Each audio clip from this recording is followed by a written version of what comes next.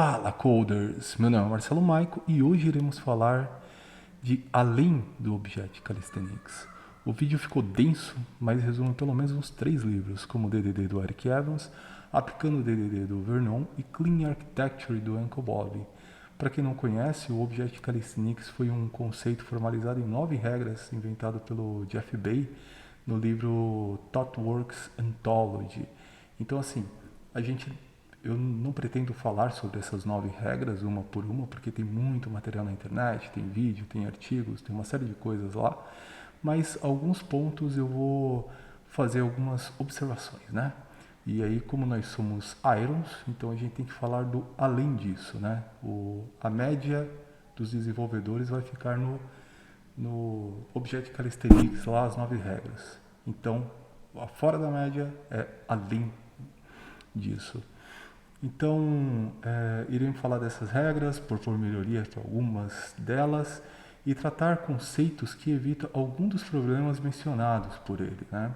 Então, nesse caso, iremos falar de DAO, repositórios, módulos, DSL, máquinas de regra, orientação domínio, domínio não anêmico, camada anticorrupção, entre outras cositas más. Então, vamos jogar esse livro aqui, que está aparecendo aí na tela, fora, e vamos ir para uma estrutura um pouco diferente. Então, assim, você usa essa estrutura ou você já usa uma estrutura diferenciada? Você usa ifs dessa forma ou você já faz desse jeito? Você usa DSL nos seus projetos ou ainda não? Você sabe o que é eventos de domínio? Enfim, entre essas e muitas outras perguntas serão resolvidas aqui nesse vídeo, né? Então, tudo que eu irei falar aqui vai ser dentro de exemplos práticos para facilitar, assimilar, né? Porque às vezes você tem vários vídeos na internet que falam sobre isso e tudo conceitual e não tem nenhuma praticidade. Então, aqui eu vou deixar o projeto que eu desenvolvi agora, né? Para apresentação desse vídeo, um projeto real, né? Um projeto mais antiguinho, mas que é uma boa base ali para o conhecimento. Então, coloque na velocidade 2 e bora pro vídeo. Então, hoje faremos a coisa um pouquinho diferente. Eu tinha escrito um artigo um tempo atrás e eu acabei não publicando, então eu utilizei ele como base para transformar isso num vídeo, né? E desde já agradeço ao Marcelo Xavier, porque ele que montou as imagens para mim. Eu mandava umas imagens meio tortas lá, ele ia lá e arrumava para mim. E vamos lá, né? Tipo, o primeiro assunto que iremos abordar será o padrão repositório, pois para usar esse padrão muitas coisas devem ser alteradas dentro do projeto. Em primeiro, assim, a primeira parte vamos falar do DAO e logo vamos aprofundar entre esses dois conceitos, né? O modelo de 3 camadas é um modelo mais simples ali no mundo do desenvolvimento de sistema, entretanto, é um modelo procedural e pouco flexível ao longo tempo. Isso vai ficar claro quando a gente comparar os dois projetos. Supostamente, esse modelo permite que você seja mais rápido no desenvolvimento se comparado com os outros modelos, mas isso é um ledo engano, porque em médio e longo prazo acaba se tornando, gera tantos problemas, tantos efeitos colaterais que o projeto fica lento e, enfim. Desenvolver sistemas não é 100 metros sem barreiras, né? Na verdade é uma maratona, então você tem que ir sempre, devagar sempre, né? O modelo faz seu projeto também, né, sofrer alguns problemas, como o modelo adêmico, a lógica fica no serviço, não fica no seu domínio, porque não tem um domínio, é orientado ao dado, então tipo a fonte de dado acaba vazando por todo o projeto, então se torna bastante flexível. Possivelmente não implementa REST, porque é impossível implementar REST sem um media type, né? Então, para isso você teria que ter uma camada anticorrupção entre o serviço e o seu endpoint para implementar corretamente. Então, passa a ser só um HTTP com um JSON no corpo. E com as mudanças frequentes no mercado, tecnologia, empresas, elas precisam que os seus sistemas sejam flexíveis a essas mudanças, né? E aí vamos comparar aí dois modelos, né? Um modelo estático e um modelo ágil, né? Que é flexível para alterações. Legal, então agora vamos um pouco para o código e para os desenhos aqui. Mas aqui é um exemplo, né? Tipo a camada de persistência. Eu tenho duas tabelas no banco de dados, né? Uma tabela onde tem os usuários e esses usuários têm um perfil que pode ser professor, diretor, estudante e outros perfis afins. Então, como seria um sistema desse baseado em DAO no modelo três camadas, que é o modelinho onde você pega aí 99% dos projetos ali no GitHub, utiliza esse modelo, né, de três camadinhas, bem simples e tal. Então vamos lá, abrir o projeto aqui. Então aqui eu separei, né, o modelo DAO e o modelo repositório para ficar bem claro o que acontece com os projetos. Então aqui, geralmente, como o pessoal delimita aqui, né, os pacotes. Então aqui eu tenho as entidades, né, as entidades do banco de dados. Aqui a gente está construindo um sistema escolar, né? Então eu tenho aqui advertência, eu tenho o perfil do usuário e tem o usuário. E aqui no repositório, é um repositório do Spring Data, né? Que ele chama de repositório, mas na verdade não é um repositório de verdade, né? Assim, o Vulgo Vernon, ele costuma dizer que isso daqui é um repositório técnico, né? Então, acho que é um pouco mais diplomático dizer isso. Então, aqui eu tenho o meu repositório técnico, que na verdade é um DAO, e aqui eu tenho minha camada REST, né? Que vai... Na verdade, não é REST de verdade, né? É um HTTP com JSON, né? Porque eu não estou colocando aqui, não estou implementando um media type. E aí a camada de serviço, né? Então, bem simples assim. E à medida que o projeto vai crescendo, você vai colocando aqui mais repositórios, vai colocando aqui mais endpoints, vai colocando aqui mais services, e aí a coisa vai crescendo e vai ficando bem complicado de se gerenciar no final. Então vamos pegar aqui bem do início, né? Aqui, na verdade, o que está acontecendo, eu estou falando que eu tenho que salvar uma advertência, né? Então eu coloquei, poderia ser warnings aqui, mas eu coloquei alguma coisa um pouco mais próximo do português. Então o cliente ele vai fazer aqui um post, né? E eu vou salvar essa advertência no meu banco de dados, né? Vai passar aqui pelo serviço, no serviço eu teria ali uma validação, alguma coisa assim, e salvo no banco de dados. Olhando para esse código aqui, o que ele te diz?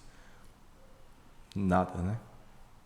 Só que eu estou salvando uma advertência. Então, se eu quero saber o que acontece aqui, o que tá sendo usado aqui, eu sei que eu tenho três usuários aqui, que um é professor, outro é diretor, outro é o estudante. Mas é um modelo que não fala muito com você, né? Não fala muito de negócio. Ele fala tecnicamente, né? Por isso que muitos frameworks, né, acaba fazendo essa parte aqui com scaffold, né? Então você está usando lá o Rails, você gera lá o seu CRUD, você está no The Django, você está no .NET lá, você vai lá e gera esse cara aqui porque ele é bem proceduralzão mesmo, não tem muito o que fazer. Enfim, esse é o padrão DAO e agora a gente vai para o padrão repositório. Então, o repositório é um daqueles padrões mal compreendidos, né? Por esse motivo ele é utilizado de forma incorreta. Para completar, tem alguns frameworks ORM, né, como o Spring Data, por exemplo, que utiliza o nome de repositórios para as interfaces, que são apenas uns DAO evoluídos, né? Como eu disse anteriormente, o Vulgo Vernon, do livro Aplicando o DDD, ele chama isso de repositórios técnicos, né? E, tipo, recentemente eu li um livro que era O Poder do Hábito. E um ponto que me chamou a atenção é onde o autor fala de comportamentos transversais, onde uma pequena mudança de hábito leva você a mudar vários outros hábitos, né? Por exemplo, você começou a fazer exercício, então você vai querer comer melhor, você vai beber mais líquido, você vai querer ir dormir mais cedo, então você alterou uma coisa e várias outras coisas foram alteradas. Então eu vejo isso no padrão repositório, porque quando você vai implementar ele, algumas coisas têm que acontecer dentro do seu projeto para comportar esse padrão. E para iniciar nossa jornada, nós vamos precisar definir um módulo, que é simplesmente um pacote Java, um namespace no .NET, e isso também respeita o conceito de responsabilidade única, né? Pois nos preocupamos em aplicar isso a nível de classe ou a nível de método, mas não no nível mais macro, né? Então, vocês vão perceber como que as coisas mudam bastante quando você começa a definir o princípio de responsabilidade única no modelo mais macro. E uma vez tendo o tema, né? Então a gente define o tema e aí a gente vai precisar definir também uma estrutura para esse tema, né? Que pode ser um Onion Architecture, Sport-End Adapters, um modelo hexagonal, que na verdade surgiu como um modelo hexagonal e o autor viu que hexagonal meio que não tem nada a ver, então é Port-End Adapters ou Clean Architecture. Então, semanticamente cada um tem as suas peculiaridades, mas no global atende o mesmo propósito, né? No caso, vamos usar uma estrutura bem conhecida, né? Que tem ali que existe no mercado e que é usado lá no projeto de exemplo do Eric Evans. Então, é um modelo bem comum aí, né? Eu vou utilizar ali o Onion Architecture. Inclusive, eu escrevi um artigo um tempo atrás, eu vou deixar o link aí na descrição para quem quiser ter um pouco mais de detalhe, mas a gente vai passar por todas as fases aqui dentro desse projeto. Então, ele começa ali com um domínio, né? O que vai acontecendo ele tem ali ciclos concêntricos, né? Então, você tem o primeiro círculo que vai determinar o que é o domínio. O domínio é uma camada que é totalmente agnóstica à tecnologia, né? Então, tipo, a tecnologia não pode quebrar o domínio. Aí você tem uma camada mais em cima, que é a camada de aplicação, que também é uma camada agnóstica à tecnologia, né? Então, ele não conhece ali as tecnologias e também não tem regra de negócio. Ele é só um orquestrador de domínio. A camada de view e a camada de infraestrutura. A camada de infraestrutura é responsável por se comunicar com o mundo externo, né? Então, acessar um banco de dados, um sistema de cache, um sistema de fila e afim. E a camada de view é a camada que vai entrar o dado, né? Então, ela tecnicamente vai ter que ter ali algum grau de tecnologia, mas eu, por experiência, eu gosto de deixar ela o máximo possível fora de muita tecnologia, né? Geralmente quando porque a ideia geral desse modelo é você conseguir portar os seus módulos para outros projetos. Ao invés de você iniciar o seu projeto quebrando já em microserviços, aí, por exemplo, você tem um time lá de 5 pessoas e tem 20 microserviços. Cara, isso gera um custo absurdo. Deixa o projeto mais lento e você não sabe o que você tem que quebrar, né? Às vezes você quebra uma estrutura que precisa de uma transação um pouco maior, então já gera uma certa complexidade. Então o que a gente faz é como no motor de um carro, né? Você olha para o motor do carro, você vê um motor com várias peças ali acopladas e aí você fala, isso aqui é um monolito. Não, não é um monolito, porque se eu quiser trocar os pistões, eu troco só os pistões. Se eu quiser trocar só o radiador, eu troco só o radiador. Então a ideia daqui é a mesma coisa. Eu vou criar um projeto de grande porte, onde se eu quiser extrair um módulo desse projeto para um outro projeto, porque ele se emancipou, por exemplo, esse projeto que eu vou mostrar aqui é um projeto escolar, e depois eu vou mostrar um projeto que é um CRM que eu construí um tempo atrás. Então, esse módulo escolar, vamos supor que tivesse ali um módulo de finanças e tivesse uma série de coisas lá relativo a finanças. E aí o departamento financeiro começou a gente tem muita demanda aqui, a gente vai precisar de uma equipe para atender as nossas demandas. Beleza, então esse é o módulo que vale a pena emancipar. Então eu tiro esse módulo dentro do meu projeto e previsivelmente eu sei que o domínio não vai quebrar porque ele não tem tecnologia, a view não vai quebrar porque também não tem tecnologia, o application não vai quebrar porque não tem tecnologia, a view tende a não quebrar porque eu vou usar o mesmo framework para receber as informações, para fazer o marshalling e o unmarshalling das informações, então ok. O que vai quebrar vai ser a camada de infraestrutura, que eu tenho que recriar os adaptadores para conectar em outros pontos. Basicamente isso, então isso se torna previsível. Eu vou lá, coloco em um outro projeto, subo num outro container e uma outra equipe vai lá e vai começar a trabalhar naquele projeto dali por diante. Então essa é a ideia de você fazer as coisas modularizadas, né? Então vamos mostrar um pouquinho aqui o que muda, né? Então lá no padrão DAO eu tinha ali as minhas tabelas, né? Um user DAO e um profile DAO, e aí eu tenho a correspondência, né, do user DAO e o profile DAO. No repositório eu consigo ir um pouquinho mais além. Ao invés de eu ter uma representação fiel da estrutura do dado, eu não tenho mais essa representação fiel da estrutura do dado. Eu crio as minhas representações, porque agora o projeto ele vai passar a falar mais de domínio, ele não vai falar mais de estrutura de dados. Então, por exemplo, eu quero ter um professor, eu quero ter um diretor e eu quero ter um estudante. E o repositório vai representar isso para mim dentro do meu sistema. Como que eu vou me resolver? Porque eu não tenho uma tabela de professor, uma tabela de diretor, muito menos uma tabela de estudante.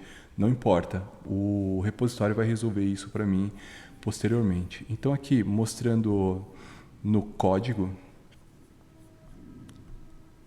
pegar aqui, beleza. Então aqui, eu defini o tema, né? O meu tema do meu módulo vai ser advertência. Poderia ser warnings, mas eu coloquei advertência ali, né? Mais próximo do português. Eu defini aqui os meus pacotes. Então, aqui não tem tecnologia e tem o mínimo possível de tecnologia aqui, e aqui está toda a tecnologia. Então, aqui dentro do meu domínio, eu começo desenvolvendo por aqui, né? Então eu percebo esse modelo como eu tenho uma estrutura onde primeiro eu vou identificar quem são os atores, né? Então aqui eu tenho o meu modelo, então eu tenho um modelo de advertência, ok? Então uma advertência, ele tem um ID, tem um diretor, um estudante e tem um professor. Aí essa comunicação a gente vai falar quando estiver falando sobre eventos de domínio. Diretor.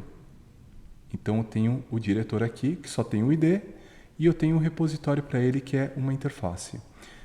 Cuidado com a teoria moderna de orientação a objeto, né? Tem desenvolvedores que falam, se a sua interface só tem uma implementação, então não use interface. A interface não serve só para isso, para você fazer polimorfismo, né?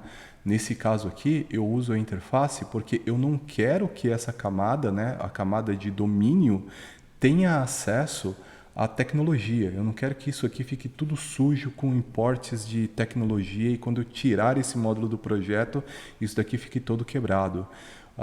Então, eu uso a interface junto com a injeção de dependência, né? Então, aqui a interface ela determina qual o contrato que eu estou executando, e a injeção de dependência, que no nível de runtime, o seu framework vai injetar a implementação que você vai utilizar, né? que é o adaptador. Então, a interface ela funciona como a porta. Isso aqui é uma porta que pode ser plugada a qualquer lugar. Pode ser plugada a um banco de dados, pode ser plugada no serviço HTTP, um serviço de fila ou qualquer coisa. E aí eu tenho os adaptadores. Os adaptadores é o que tem a tecnologia em si, né? Tipo, com quem que eu vou conectar. Então, não vou na teoria moderna porque ela é furada. Aqui eu tenho um estudante também, né? E aí o repositório do estudante. E eu tenho um professor. E eu tenho um repositório do professor. Percebe que diretor, estudante e professor só tem um ID, porque nesse modelo, o que eu quero, o objeto principal aqui, o meu ator principal é a advertência.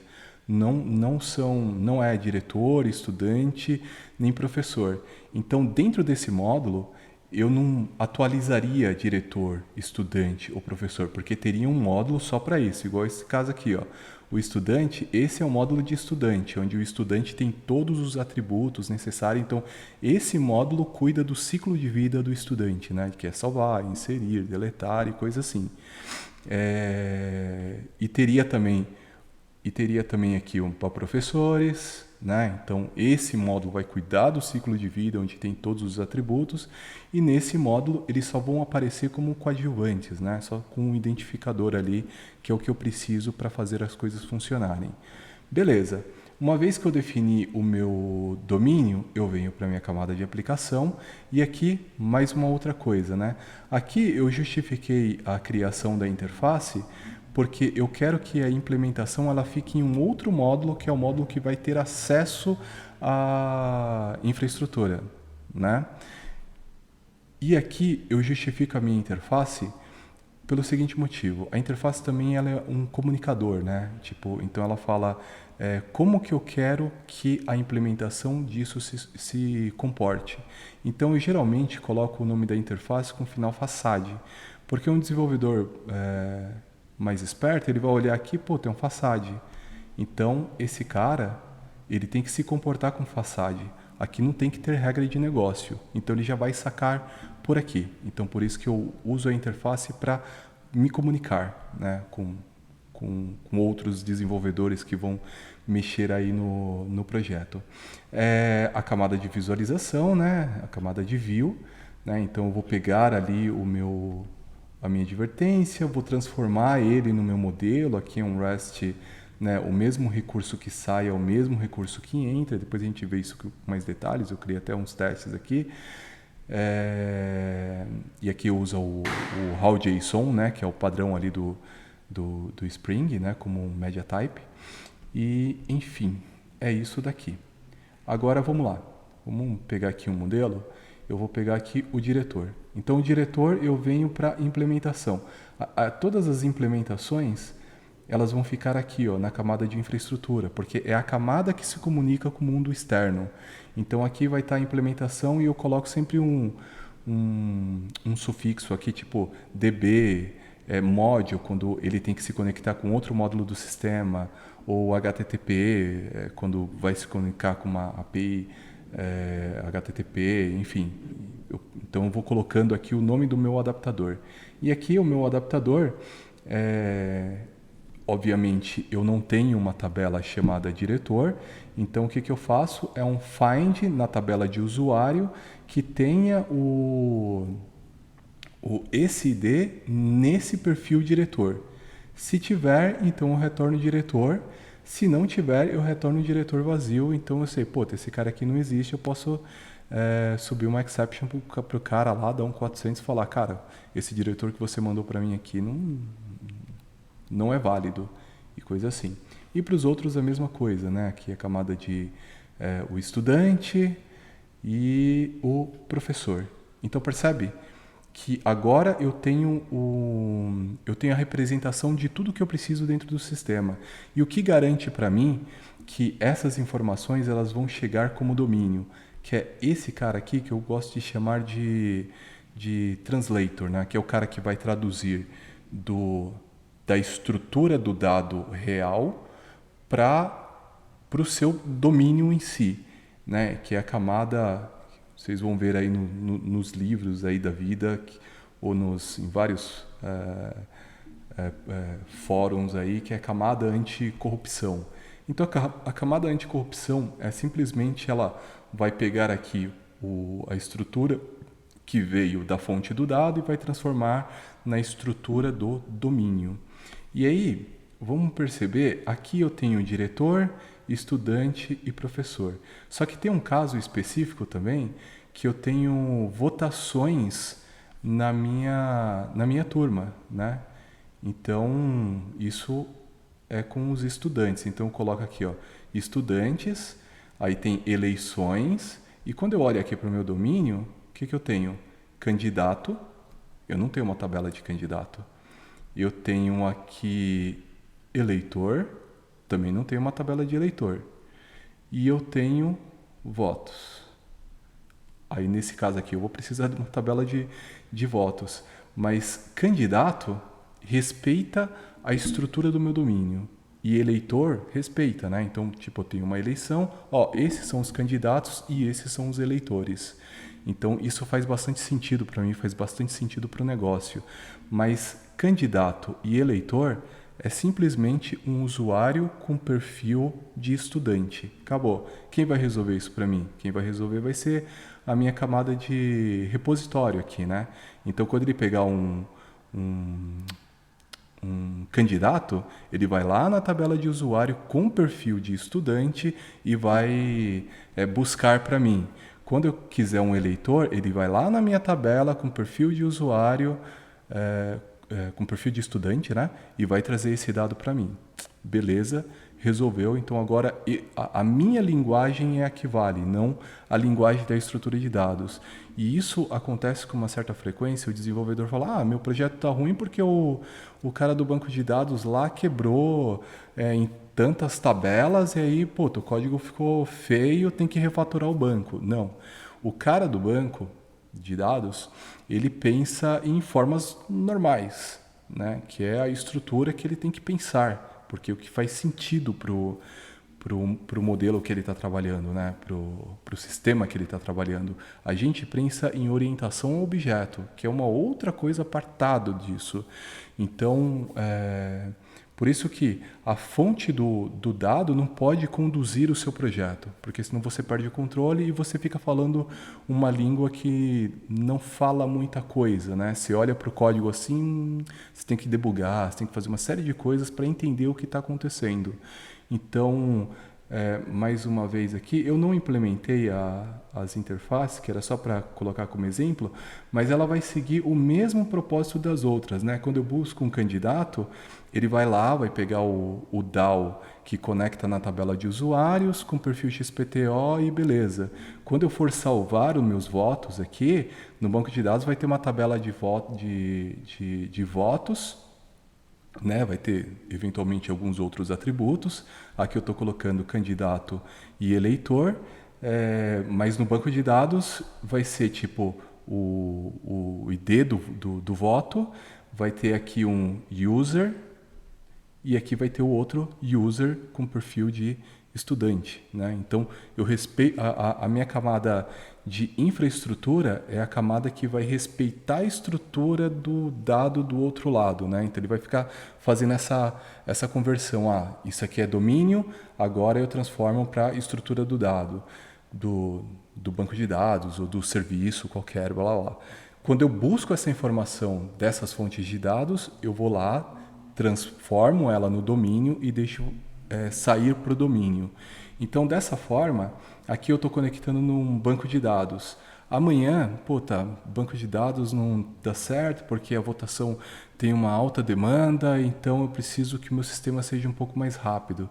Aí você fala, é só escalar lá, coloca na AWS lá, no Google Cloud lá e escala e gasta dinheiro com isso. Mas é só pegar a implementação desse repositório aqui e fazer a implementação se conectando em outro lugar. Vou gravar no cache, coloco um outro sistema para ir pegando do cache e jogando no banco no tempo do banco. Isso resolve o problema. Então, essa é a grande diferença do DAO e do repositório, mas a gente ainda não terminou. Porque quando a gente chega aqui, ele pega aqui e dá um save advertência. Aí você fala, caramba, você fez todo esse rolê para chegar aqui e dar um save na advertência e não me contou o que está acontecendo. E aí a gente vai entrar no próximo tópico, que são DSLs. Então, as DSLs são linguagem de domínio específica e é ela que vai contar a história das coisas, né? Nesse caso aqui, eu cheguei aqui e dei simplesmente um save, mas isso aqui e o outro módulo aqui, o meu crudezinho com as 3 camadas e tal, estão falando a mesma coisa, né? Aqui ele também chega e dá um save e acabou, né? Então eu consegui me livrar da estrutura do dado trazendo o repositório, então agora eu consigo modelar as coisas da forma como o negócio funciona, só que eu também preciso passar informação. Então aqui vamos alterar esse código. Tipo, vamos ter uma advertência aqui, aí a gente vai pegar o diretor, vamos colocar aqui diretor, depois advertência, vamos pegar o professor, Professor, advertence.get, receive, vai ser o estudante. Aqui ele não está respeitando aqui, mas eu estou no Java 17, né? Então, não preciso colocar isso daqui, redundante. Beleza. Então agora eu recebi o objeto, eu extraí aqui as informações do objeto, eu já tinha deixado aqui meio que preparado, mas o diretor, a lógica é, o diretor aplica, aí o que ele aplica? Ele aplica uma advertência, a advertência é no estudante e o estudante é da turma do professor XPTO. Agora isso está falando negócio. Isso daqui está falando negócio, não está mais falando estrutura de dados ou um simples save que não fala nada. Aí você pode me perguntar, mas isso aí não é muito exagerado? E aí eu te falo, é exagerado para você agora, né? Para você agora. Porque, tipo, todas as informações estão na sua cabeça. Você sabe, você tem ali os stakeholders do projeto, que sabe a regra de negócio, que sabe tudo. Agora, pensa que você, como um bom desenvolvedor, recebeu uma proposta, tipo, irrecusável, e amanhã você vai sair da empresa para trabalhar nessa nova empresa. E vai entrar, no dia seguinte também, um novo desenvolvedor. Ele está com a cabeça branca, né? Tipo, é uma página em branco na cabeça do cara. E aí ele chega lá pro cara de negócio e o cara de negócio chega e fala para ele, cara, tem como você dar uma olhada lá na parte de advertência? Porque a gente vai ter que fazer algumas reformulações lá, vai ter que mexer. Dentro desse modelo de 3 camadas aqui e tal, ele vai encontrar esse serviço, beleza, encontrou lá, e aqui ele vai, dar um save aqui. E aqui ele vai ver 3 users, que o cara pelo menos se preocupou aqui em colocar os nomes que refletem, né, de fato o que é cada usuário, mas só isso. Nesse cara aqui, ele vai ver um módulo de advertência. Pô, tá legal. Então, tudo relativo à advertência vai estar aqui dentro. Não vai estar aqui, não vai estar em outros lugares, tudo vai estar aqui. Então, ele vai abrir o módulo de advertência, vai abrir o módulo de aplicação, aí ele vai olhar dentro e ele só vai ler. O diretor aplica uma advertência no estudante da turma do professor XPTO. Beleza. Ele entendeu o código e entendeu a regra de negócio também, porque a regra de negócio agora ela está escrita no código. E se você ir para uma linguagem, né, eu fiz aqui um exemplo também em Kotlin, se você utilizar uma linguagem que tenha menos ruídos, você vai conseguir coisas mais fascinantes, igual isso daqui, ó. É quase zero de ruídos, né? Você só tem esses camel case aqui, mas é uma frase que está falando, o professor aplica advertência para o aluno da turma do professor XPTO. Então, é uma frase que está escrito e isso, para mim, é um tipo de documentação executável, né? Porque isso nunca vai estar desatualizado, porque o próximo cara que vier aqui, ele vai ter que ajustar essa DSL para responder à demanda de negócio. Então, a parte executável vai estar aqui, tudo bonitinho e ok. Vamos ver o que tem mais aqui, se tem alguma outra coisa que eu quero falar de DSLs. Tá. Tem um outro ponto de DSL, né? Não só aqui, mas isso eu costumo fazer em todos os projetos. Tem um projeto, que é o que eu vou mostrar, que é um CRM, mas isso eu construí há 8 anos atrás. Então lá tem... tá até bem feito, mas tem alguns pontos lá que, não sei, eu só dou um save lá, enfim. Não sei o que aconteceu na época, mas tem uns saves soltos lá que acabam não contando uma história de alguma coisa. Mas hoje, nos projetos que eu trabalho, eu sempre vou lá e coloco uma DSL para especificar, né? É a minha documentação executável. Então, disso aqui eu não abro mão de jeito nenhum. O outro ponto de DSL é tipo na parte de consultas, né? Então, o que é um repositório? O repositório, ele é considerado como uma lista, né? Então, ele deveria ter os métodos que uma lista tem, né? Então, tipo contain, size, find e coisas do tipo. Então, aqueles métodos enormes, e isso também é uma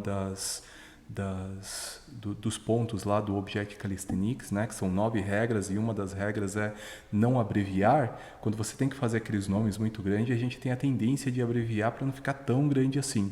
Então, como isso não soa tão legal dentro de um repositório, uma coisa que eu gosto de fazer são as DSL, as queries, né?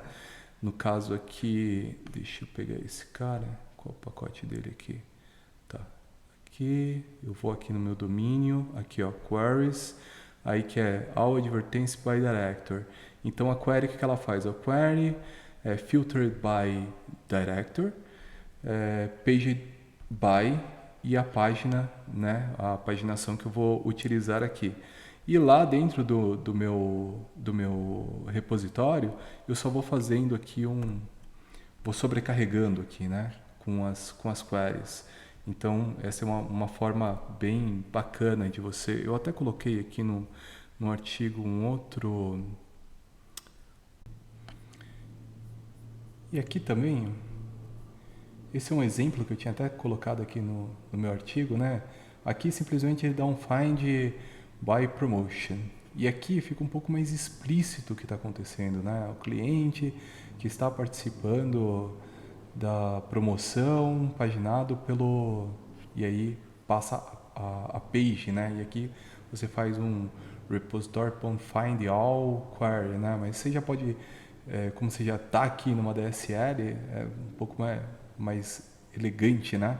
Você já fazer esse cara aqui, já trazer a informação final, ou esse outro modelo aqui, onde você dá um find all e passa a query, e aí no caso você só vai ter que ficar sobrecarregando esses métodos lá para cada um receber a sua query específica. Então isso é uma parte bem interessante de se fazer, né? Fica bem claro, fácil de ler. Porque a melhor linguagem é a linguagem natural. É a linguagem, tipo, é o português, é o inglês, é a linguagem que as pessoas vão entender assim, vão simplesmente ler e compreender. Então, quanto mais próximo da linguagem natural, melhor para o seu projeto, mais fácil vai ser o seu projeto de dar manutenção e de expandir ao longo do tempo. O próximo tema que iremos tratar serão os ifs encadeados, né? Segundo o Object Calisthenics, fala, cara, você não deve usar o else, né? Então, um lugar onde a gente encontra bastante desses ifs são invalidadores, né? Então, vamos pegar esse caso aqui, ó. Eu tenho esse validador, ele tem aqui os ifs e else, então quando você vai lendo, cara, é bem difícil você saber por qual caminho que esse cara vai, né? Tipo, tem um if, tem um else, tem uma série de coisas aqui e a coisa degringola.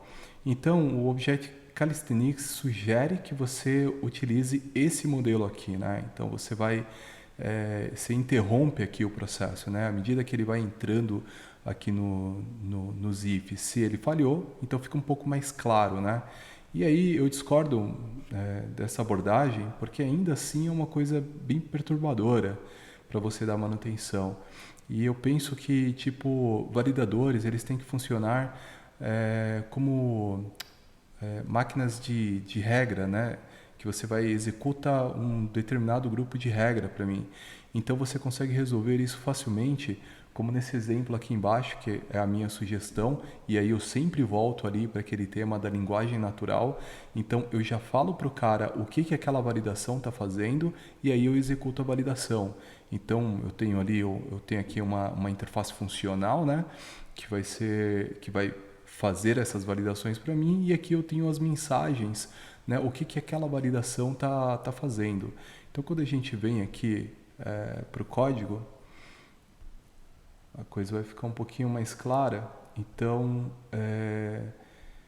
o validador, ele está aqui dentro do domínio, né? Então, eu sempre gosto de deixar aqui junto com o modelo, mas também, às vezes, eu coloco pelo menos eu colocava na camada de aplicação também, não tem muito problema, né? Mas vamos lá. Esses são os meus validadores, né? Então eu quero saber se o que o cara tá me mandando ali de fato é um estudante, um diretor ou um professor. E esse cara executa as regras, né? Então fala, ó, executa as regras de validação para esse cara. Ele vai pegar o grupo, né, de regras e vai executar e vai subir uma exceção caso uma dessas regras seja violada, né? E aqui eu só pego aqui o meu validador e check rules advertence. Pronto, simples assim. Então isso daqui tende a dar muito menos é, problema com tipo, putz, será o que vai acontecer? Não, tá claro aqui, tá bem escrito. E aí, novamente, se você usar uma linguagem que te permita ter menos ruídos, né? E o Kotlin é uma dessas linguagens. Aqui você, olha só como fica mais fácil, né? Então eu tenho a minha regra e aí aqui eu tenho meus verificadores. Se um deles falharem, né, vai subir uma exceção. Aqui no caso eu poderia criar grupos de regras porque eu quiser. Então, tipo assim, aqui é um grupo de regra para uma nova advertência. Aqui é um grupo de regra para atualização. E aí eu posso ir fazendo os meus grupos de regras. O Kotlin, com essas frases aqui, ele permite que você monte uma frase, né, como o nome do método. Isso eu acho bem interessante. Além do infix, que ele injeta dentro da sua advertência o, o, o método validate, né? Então isso aqui na verdade é um infix, é um inline na verdade, né? É esse cara aqui que todos os objetos vão receber isso daqui.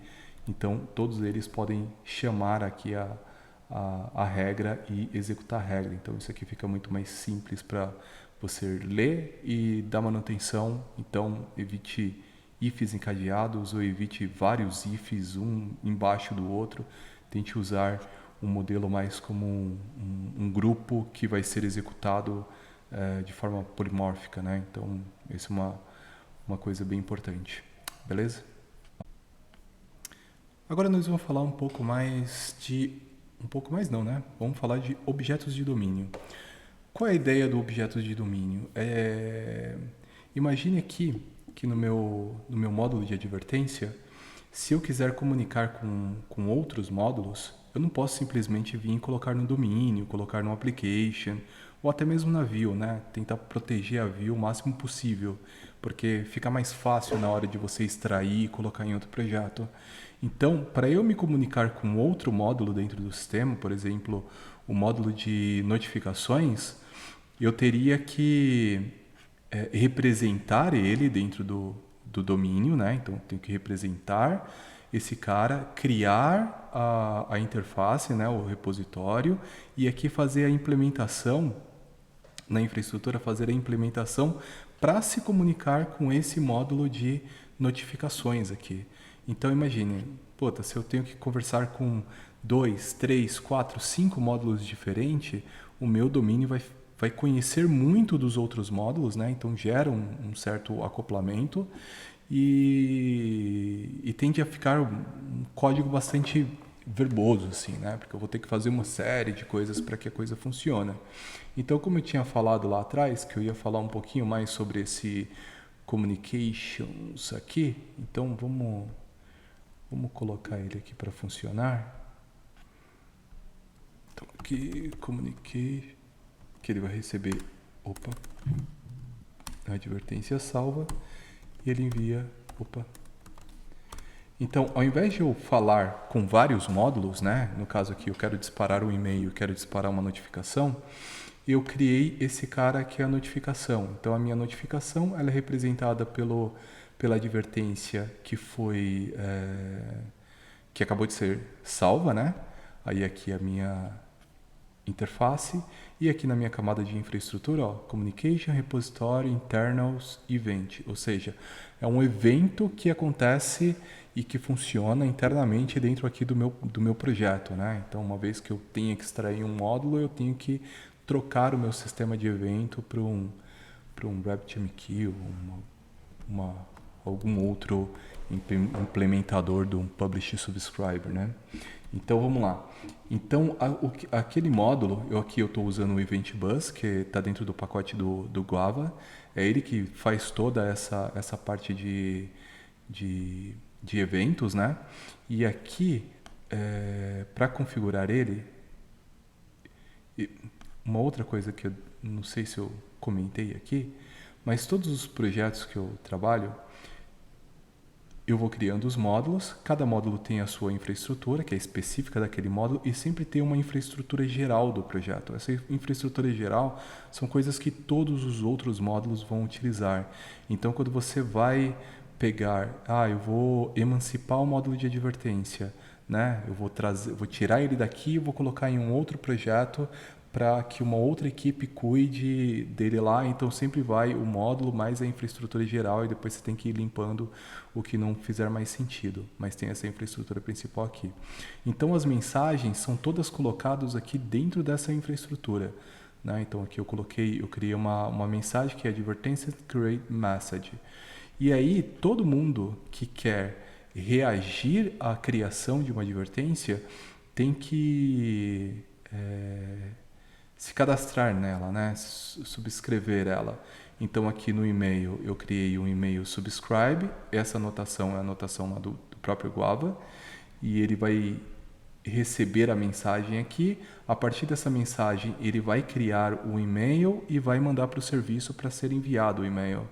E aqui no sistema, o mesmo esquema, eu criei um notification subscriber aqui, onde ele vai pegar a mensagem que ele quer tratar, vai transformar ali num objeto de domínio dele e vai fazer o envio dessa notificação. Então, ao invés de eu agir de uma forma ativa, eu ajo de uma forma passiva, né? Então, o meu módulo de advertência só levanta a mão e fala, acabei de criar uma advertência. Quem quiser, tiver alguma utilidade nessa informação, é só processar ela. E no caso, esses módulos vão processar essas informações. Então, coloquei um debug aqui só para ver como que a coisa funciona na prática. Então, o código, ele vem aqui, né? Então, salvou, tudo bonitinho, passou pelas validações e tal. E aí eu criei o meu communication. Meu communication vai disparar lá para o Event Bus. O Event Bus, ele chamou o módulo aqui o e-mail subscribe, que está aqui dentro do módulo de e-mail, né? Então aqui ele vai transformar no e-mail e vai disparar o e-mail para quem quer que seja. E aqui, ele chamou o módulo de notificações. Então aqui, subscribe, chamou o módulo de notificações, onde eu vou pegar aqui o advertência e vou fazer toda a configuração da minha notificação para anunciar ou para notificar quem quer que seja, né? Quando o cara entrar no sistema, ele vai ver lá um pop-upzinho lá com alguma mensagem qualquer. Então, essa é a forma de trabalhar com eventos de domínio. Obviamente, se você quando você emancipa esses módulos, né? Tipo, eu vou emancipar o módulo de advertência ou de notificações. Vai ter uma equipe que vai cuidar só dessa parte de comunicações. Então, eu vou precisar lá, né? Ter um servidor lá para que essas mensagens não fiquem só na memória, né? Fiquem em algum ponto onde seja possível buscar. Lembrando que o padrão orientado a evento aí já até é considerado anti-pattern, porque quando essa coisa começa a crescer demais, você perde totalmente o controle, então é muito difícil você saber o que está acontecendo. Beleza, eu disparei esse evento aqui, o que está acontecendo? Às vezes tem um sistema XPTO lá que você nem sabia que existia, que ele está pegando aquela mensagem e está fazendo alguma coisa, mas não está documentado, então é meio complicado. Eu particularmente gosto de usar um BPM, né, tipo um Camunda, um Activity, para deixar documentado o que cada evento responde. Então, dessa forma, eu tenho uma coisa um pouco mais organizada. Então, isso vai muito da estratégia do desenvolvedor. Mas essa é a ideia de eventos de domínio, ou seja, não chame, só comunique. Estou comunicando alguma coisa. Eu fiz tal coisa. Alguém tem interesse nisso daqui? Beleza. Então, esses outros módulos vão pegar e vão processar independente de qualquer coisa. Então, dessa forma, você diminui a complexidade nos módulos e deixa o framework, né, trabalhar por você, né? Ele vai chamar os módulos lá para você. Então, é isso na parte de eventos de domínio. É muito útil essa parte aqui. Então, a gente saiu do modelo tradicional, né, de 3 camadas, para o modelo mais rebuscado, onde a gente tem tem encapsulamento, tem a capacidade de desenhar o negócio. E por que isso? Por uma questão muito simples, flexibilidade. O software ele tem que ser flexível. Imagine que você está numa empresa e o departamento de marketing ele começa a projetar lá que vai ter um aumento de 300% na quantidade de clientes se comparado com o ano anterior de uma Black Friday. E aí você fala, beleza, então escala lá, compra mais lá instâncias lá na AWS, no Google Cloud, no Azure e acabou. Só que vem lá o diretor, nossas margens estão muito baixas, a gente não pode aumentar o nosso custo operacional.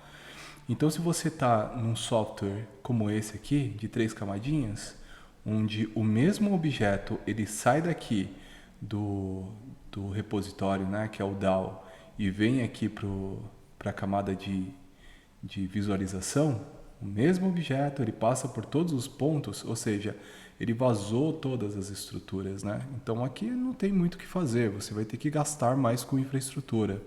Quando você vem para um software como esse daqui, a única coisa que você vai fazer cara, eu só tenho que trocar o meu adaptador. Hoje ele está apontando para o banco de dados, mas eu posso apontar ele para um sistema de cache.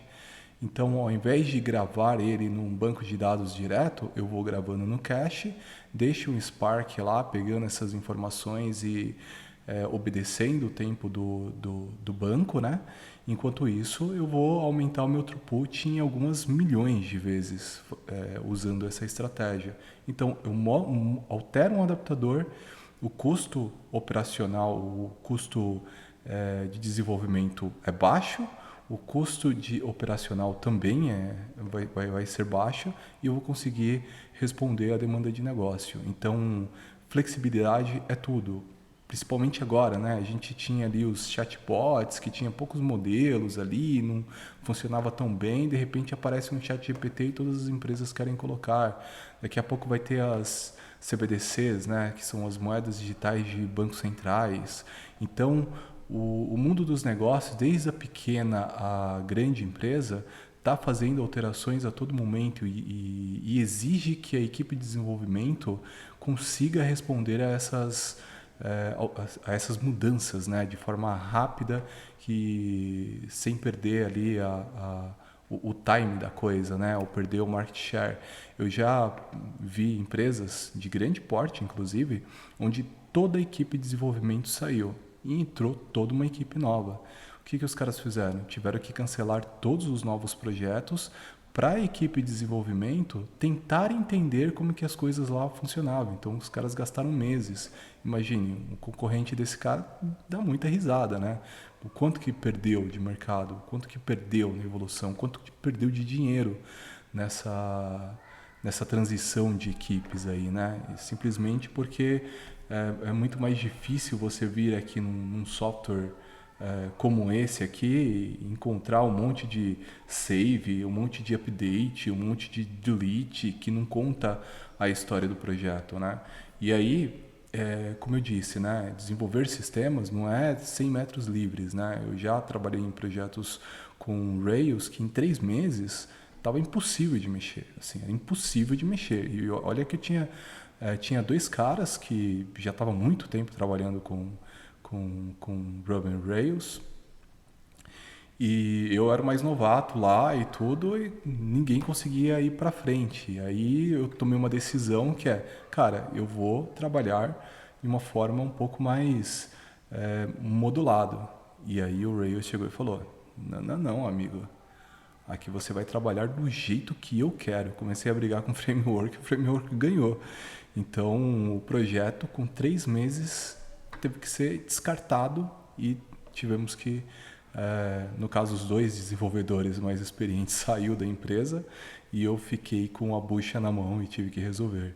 Mas, enfim, olha só, o custo, olha o tanto de dinheiro que foi perdido nesse período, né? Não faz sentido. Então, às vezes a gente tem uma falsa percepção que, vou fazer desse jeito aqui e vai ser muito mais rápido, mas vai ser muito mais rápido só no início do projeto. Depois que passar lá dos 3, 4 meses, vai ser aquela mesma coisa, né? Se mudar os desenvolvedores, ferrou. Se a empresa exigir mudanças, ferrou também. Enquanto no modelo de baixo, eu vou gastar 10 minutos a mais, né? Se o cara vai gastar X tempo para fazer um modelinho assim em 3 camadas, eu vou gastar X mais 10 minutos. Ok, é satisfatório isso. Só que ao longo do tempo eu consigo mudar com facilidade, eu consigo responder às demandas de negócio com facilidade. Então, tudo isso se justifica por agilidade, que é responder rápido às mudanças. Então, uma coisa importante, uma vez que você entendeu todos os conceitos, todos os padrões, é tomar cuidado com os gurus, né? Tanto o guru de livro, o guru de YouTube, porque cada caso é um caso, cada projeto é um projeto diferente. Então cada equipe tem uma característica diferente. Então, por exemplo,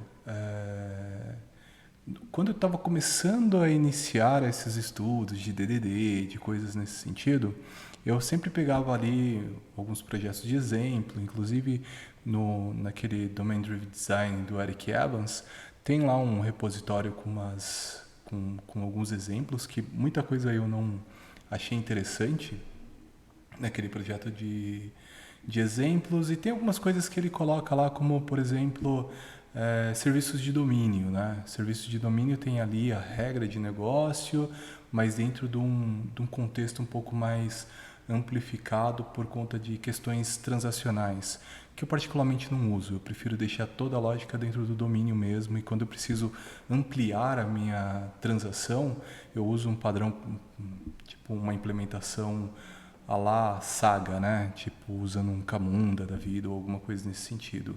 Também lá no livro dele ele vai falar de objetos de agregadores, né? E os agregadores, por exemplo, eu tenho uma venda e eu tenho um item da venda. Então, a venda é um agregador de itens de venda e os dois deveriam estar juntos. Eu, particularmente, separo esses dois caras aí. Porque quando você trabalha com agregadores ou quando você trabalha com mais de uma coisa, ao mesmo tempo, o nível de complexidade ele começa a crescer.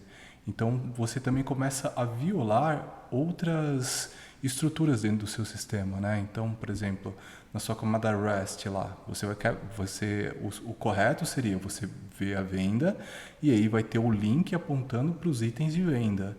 Então, se eu tenho um objeto agregador tudo no mesmo módulo, eu vou sempre mostrar a venda com os itens de venda ali aberto. Então, particularmente, eu não gosto disso. Tem outro ponto num post do Martin Fowler que ele coloca lá, ele está falando sobre boundary context, né? Então ele delimita ali duas fronteiras, né? Que é tipo a de vendas e a de suporte, onde na parte de vendas, né? Você tem várias coisas lá e você tem um cliente e tem um produto. E em suporte você também tem um cliente e tem um produto. Ou seja, de um lado, né, na parte de vendas, eu tenho o cliente, só que o cliente com atributos diferentes do cliente de suporte. A única coisa que relaciona esses dois, e o produto também, né? Eu tenho atributos diferentes do atributos do produto entre vendas e suporte. E o que eles têm em comum são os identificadores. Só que daí você fala, caramba, mas agora eu tenho 2 clientes no meu sistema, né? Então, quando você vai expor isso, né, seja lá REST, seja GraphQL, vai aparecer 2 nós, só que com nomes distintos. Então, eu particularmente não não iria por essa linha, né? Eu criaria um terceiro cara cuidando de cliente e assim como nós fizemos aqui no projeto, a parte de vendas teria só lá apontando para o ID do cliente e se eu preciso de dados adicionais, então eu vou criar lá uma estrutura de dados adicionais para vendas. Se eu preciso de dados adicionais para o suporte, eu vou criar dados adicionais para suporte. Então, até a nível da interface de como você vai mostrar as informações fica um pouco mais claro, né? Não vai aparecer tipo vendas customer, aí suporte customer. Aí você, o que é isso? É estranho. Mas teve um artigo que ele escreveu que ele propôs esse modelo aí. Então você tem que tomar muito cuidado com o que é colocado, né? E por isso que é importante sempre testar, treinar mais esses conceitos para que fique mais natural o desenvolvimento. E o outro ponto é, e agora? Eu aprendi isso, eu tenho esses projetos aqui de exemplo, então amanhã já vou começar a aplicar lá nos projetos da empresa onde eu trabalho. Isso não é uma boa, não é uma boa ideia. Primeiro você tem que se aprofundar sobre todos os conceitos que estão envolvidos ali, porque quando você faz uma coisa no tipo copy-paste, é complicado, porque qualquer coisa você vai misturar as coisas e aí você entra num mundo que é o pior dos mundos, né? Que é você tem uma estrutura que exige muito de conhecimento do desenvolvedor, só que essa estrutura ela tende a te dar flexibilidade no seu projeto. Só que como foi implementado errado, né? Todo mundo está dando Ctrl C, Ctrl V ali. O que acontece é que você não vai ter a parte importante que é a da flexibilidade e em contrapartida ainda vai ter um modelo onde vai exigir muito dos desenvolvedores. Então a coisa não vai andar. Então em alguns casos, né, dependendo da equipe que você está trabalhando, talvez o modelo de 3 camadas seja uma coisa que faça até mais sentido, né, do que colocar um padrão onde exige muito mais do que a equipe quer, né? Então, de repente é uma equipe que não está muito afim de estudar, não está muito afim de fazer as coisas, pô, do jeito que eu faço tá bom e beleza. Então, cara, não faça isso porque esses caras vão sabotar o projeto e a coisa vai ficar muito pior do que deveria ficar. Então, assim, o meu conselho sempre é teste num projeto em casa, vai implementando, depois vai fazendo um trabalho de convencimento das equipes para ir colocando aos poucos num projeto menor e aí vai sentindo a dinâmica da coisa até se tornar fluente nessa estrutura. Depois que você se tornar fluente nessa estrutura, cara, aí o céu passa a ser o limite, né? Enfim, é isso aí. Então, finalizamos por aqui com o poder dos Mandalorianos. Eu sei que passei muita coisa muito rápido, então se vocês acharem que, putz, eu queria entender mais sobre essa parte, eu queria entender mais sobre outra parte, eu posso spawnar em um outro vídeo e falar sobre o tema também. É só colocar aí nos comentários que a gente discute aí. E se tiver dúvidas, coloque nos comentários aí, a gente vai trocando uma ideia. Eu escrevi um artigo alguns anos atrás, eu vou deixar linkado aí, que é também falando sobre Onion Architecture. E o link dos projetos vão estar aí. E como deve ser.